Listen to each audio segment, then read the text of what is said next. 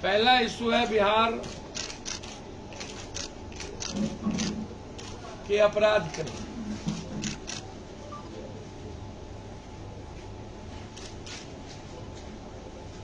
पटना में हर दिन कभी बच्ची का गायब होना, कभी दो भाई का गायब होना,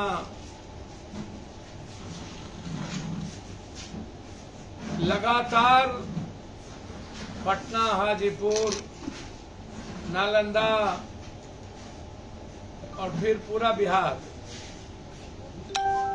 हाजीपुर में एक सप्ताह में 12 मर्डर हुए, एक सप्ताह के अंदर 12 हत्या। आज सुबह एक को गोली मार दी गई, महिलाओं को कल गोली मार दिया गया, कल एक बिजनेसमैन को मारा, वो बच गए हैं। गरोल में 2 भाई पहले मारा गया, तीसरा भाई आज से 4 दिन पहले मर गए। सोनार व्यापारियों को लगातार ये जो सोना तस्कर और जो सोना लूट के लाने वाले जो व्यापारी लोग जो जेल में हैं, उनकी मर्डर में सबसे ज्यादा भूमिका है। कहीं न कहीं सोना चांदी को लेकर खरीद फरोख्त का मामला है, जिसमें लगातार हत्या की दौड़ जारी। पूरे बिहार में पत्रकारों पर हमला जारी।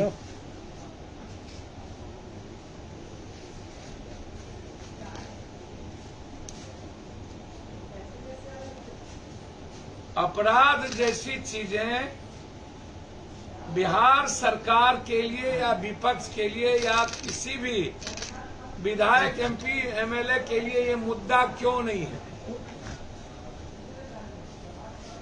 क्या अपराध को भी जाति बता करके जिया जाएगा?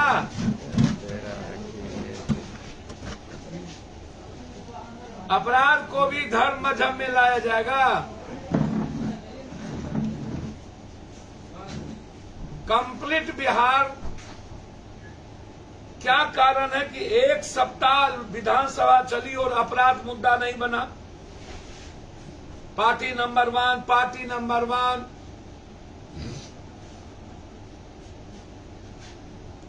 इन लोगों के लिए अपराध मुद्दा क्यों नहीं है?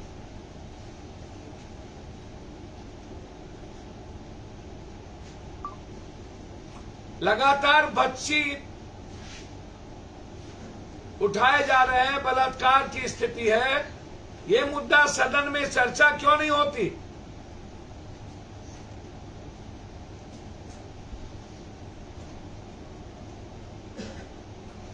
पहली बार मैंने दुनिया में देखा कि स्वयंभू मुख्यमंत्री भी लोग होते हैं। इतना हास्यास्पद, इतना मजाकिया वे,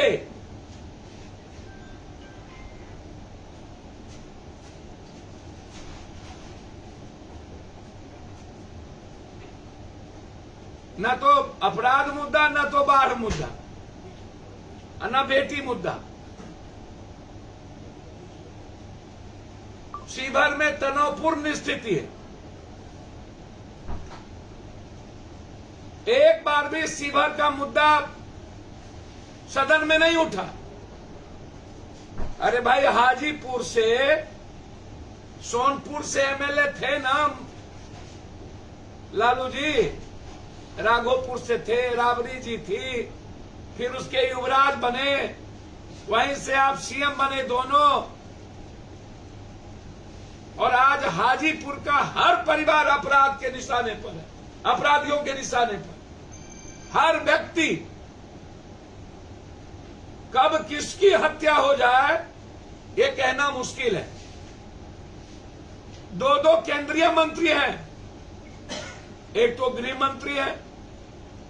एक बार भी अपराध या बलात्कार जैसे मुद्दों पर उन्होंने अपने लोकसभा, अपने गृह क्षेत्र में न बात उठाने की कोशिश की और न ही उनके लिए कोई मुद्दा है। उनके लिए मुद्दा है हिंदू मुसलमान, और बिहार के विपक्ष के लिए मुद्दा है भूमिहार यादव, राजपूत यादव, 1 नंबर। मैं जानना चाहता हूं, जो एक नंबर वाले लोग हैं, कि शहाबुद्दीन जी के मरवाने में भूमिका क्या है? एनआरसी में कहां गायब थे? और बीजेपी के साथ आपका क्या समझौता है? शरद पवार जी को ईडी का नोटिस, राउत को नोटिस, और ईडी और ने महंगी सरकार बनवा दी। जो एक नंबर हैं, उनके लिए बिहार का अपराध ये मुद्दा नहीं। हर सामाजिक इश्यूज पर वो एक नंबर वाले गायब रहते हैं। चाहे रामनवमी का मामला हो, चाहे ईद के दिन का मामला हो, चाहे कोरोना में थूक फेंकने वाला मामला हो, चाहे बाकायदा प्रेस कॉन्फ्रेंस करके मुस्लिम संगठन तबलीगी जमात को बताया था कोरोना फैलाने में, मुस्लिम वायरस बताया गया था इसे। मौलाना साहब को सज्जन बताया, क्या हुआ? आज तक गिरफ्तार नहीं हुए, लेकिन पूरे देश में नफरत पैदा की गई। सरकार बताएगी ना मौलाना साहब पर कार्रवाई अभी तक क्यों नहीं हुई? अगर दोषी नहीं था तो उनके नाम पर नफरत फैलाकर जो हजारों लोग मरे थे उस वक्त बम लिंचिंग हुआ था, फिर माफी क्यों नहीं मांगा?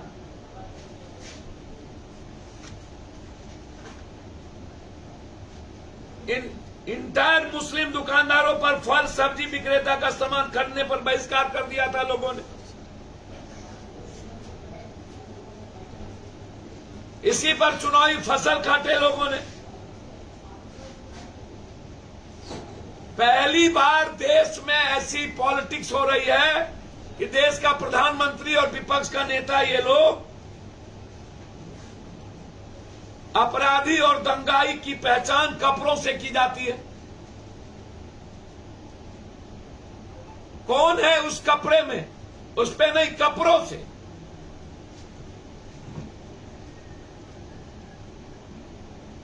मैं मानता हूं इन लोगों के राजनीति में डीएनए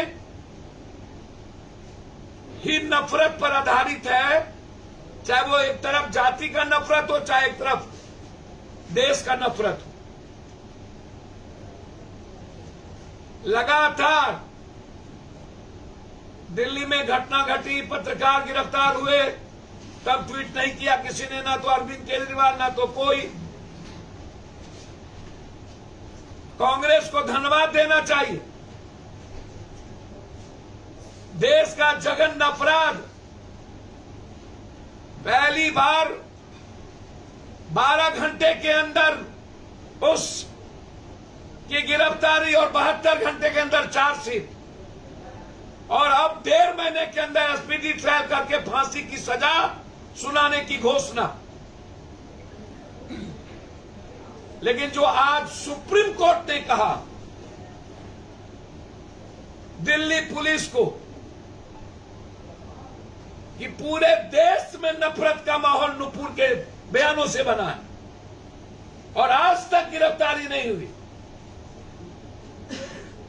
जो घटना उदयपुर की है उसको अविलंब, इतना दिन नहीं, इस्लाम या किसी भी सनातन धर्म को मानने वाले उन्हें 48 घंटे के अंदर फांसी मिलनी चाहिए। पूरा देश इसके पक्ष में होगा। किसी नफरत के खिलाफ इस नफरत को जन्म नहीं दिया जा सकता। लेकिन लगातार देश में 10-10 लाख रुपया की घोषणा,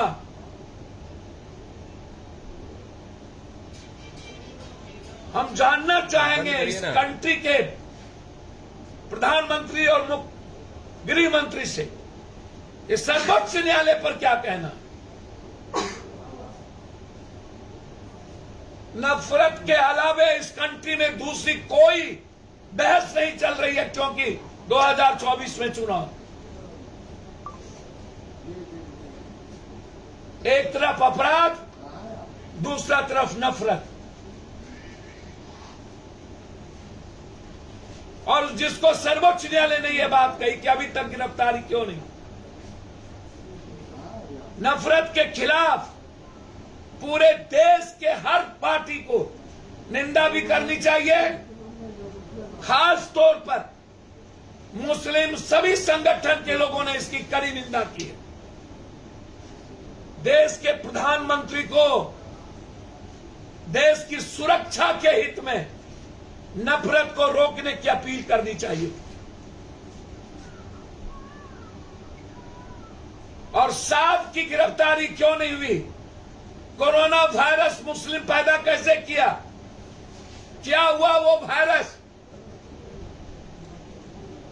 थूक फेंकने से वायरस?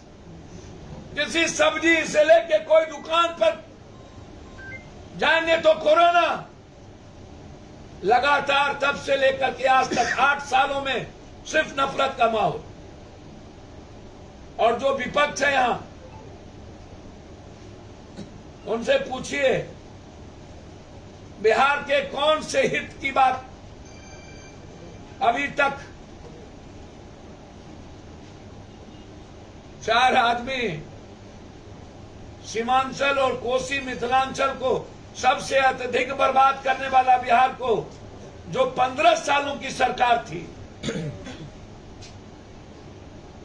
पलायन सबसे ज्यादा कोसी सीमांचल, सबसे ज्यादा गरीबी कोसी सीमांचल, सबसे ज्यादा बेरोजगारी कोसी सीमांचल, सबसे ज्यादा बाढ़ कोसी सीमांचल, सबसे ज्यादा टीबी, दम्मा, कैंसर, हैजा, आर्सेनिक पानी कोसी सीमांचल।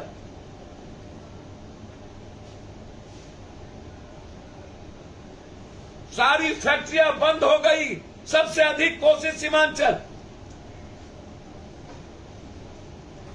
कोसी सीमांचल मिथिलांचल को बर्बाद करने वाला व्यक्ति एक तरफ ईडी और हॉर्स राइडिंग के नाम पर भाई डिप्टी सीएम बार है बा,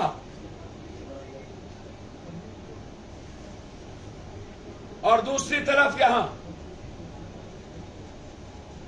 सर्वोच्च न्यायालय से आग्रह करेंगे हाथ जोड़कर, लोकतंत्र और संविधान को बचाने के लिए अब मात्र एक रास्ता है सर्वोच्च न्यायालय। उन्हें सो मोटे नोटिस लेना होगा इस देश की रक्षा के लिए, इस बिहार के अपराध के खिलाफ। हम मुख्यमंत्री जी से समय मांगे हैं,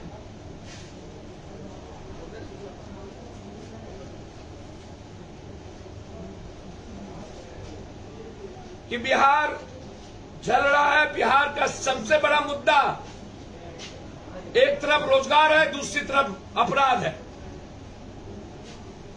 लेकिन सदन और सदन के बाहर सियासत और कुर्सी का खेल 7 कदम दूर, 8 कदम दूर।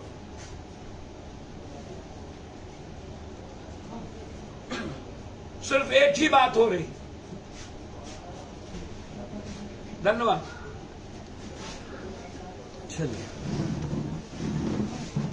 एक रिपोर्ट आई है लगभग 1 लाख। सर, बिहार में भी कोई शिंदे हैं? जिस तरह से महाराष्ट्र में वाकया हुआ, आप बीजेपी के मुख्यमंत्री उप मुख्यमंत्री हो गए, इस पूरे मामले पर अपनी राय दें सर। सर, मुझे एक बात नहीं पता, 40,000 करोड़ का बीएमसी चुनाव और अदानी जी का टोटल पैसा,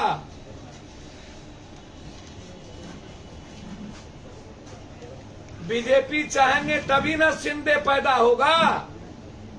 तो बीजेपी जिस दिन चाहेंगे शिंदे पैदा हो जाए। बिहार बीजेपी में आप बिहार में भी कोई शिंदे होंगे सर? बीजेपी जिस दिन चाह लेंगे शिंदे पैदा हो जाए। बीजेपी ने चाहा 75 सीट दिलवा दिया, बीजेपी ने चाहा ईडी से नीतीश जी को डरवा दिया, बीजेपी ने चाहा तो अग्निवीर और अग्निपथ पर विपक्ष की भूमिका चुपचाप घर में सैंत दिया, रोड पे नहीं आ सकते हो। बीजेपी जो चाहेगी बिहार का विपक्ष वही करेगा। सर सीएजी की रिपोर्ट आई है जिसमें लगभग 1 लाख करोड़ रुपए के जो लेखे जोखे हैं वो सरकार ने नहीं दिया। इसे अनिश्चितता माने या फिर भ्रष्टाचार? सर, सीएजी की रिपोर्ट एक बार नहीं, लगातार 40 सालों से बिहार एक स्टेट है जहां लगातार अनियमितता की बात होती है कि सीएजी का कहना है कि जिस विभाग के लिए पैसे आते हैं उस विभाग में खर्च नहीं होकर स्टेट गवर्नमेंट कोई भी, इसके पहले भी 15 साल वो पैसे को डाइवर्ट कहीं कर देता है, तो फिर उसका लेखा जोखा नहीं चलता है। मामला बिल्कुल गंभीर है, लेकिन सीएजी की रिपोर्ट पर केंद्र सरकार गंभीर नहीं होती है। बिहार लगातार सीएजी के रिपोर्ट के मुताबिक भ्रष्टाचार से अनियमितता भरा हुआ है, लेकिन यह मुद्दा न बिहार सरकार के लिए, न विपक्ष के लिए और न ही केंद्र सरकार के लिए। सीएजी होता क्या है? संस्थाएं चौपट हो चुकी हो, व्यवस्था चौपट हो चुकी हो, कोई संस्था बोलने की हिम्मत नहीं करता हो, ईडी खत्म हो चुका हो, सीडी खत्म हो गया हो, मुद्दा क्या है? सर, इसी 2G घोटाले सीएजी रिपोर्ट पे हुआ था कांग्रेस के जमाने में। सर, उनसे पूछिए बीजेपी ने कितनी कृपा की आपको नंबर 1 बनाने में। जब ऊंची जात के लोग लगातार नीतीश जी के विरोध में थे तो चिराग जी के बदौलत 75 सीट आ गए। उनसे यह पूछिए ना कि जब लालू यादव जी चुनाव लड़े थे अकेला, तो कभी बीजेपी कांग्रेस के बदौलत सरकार बनाई, निर्दलीय के बदौलत, फिर सीपीआई सीपीएम वाले के बदौलत बनाई दूसरे बार, कभी अकेला सरकार नहीं बनी। कांग्रेस जिसकी जरूरत पड़ी उसको साथ लिया।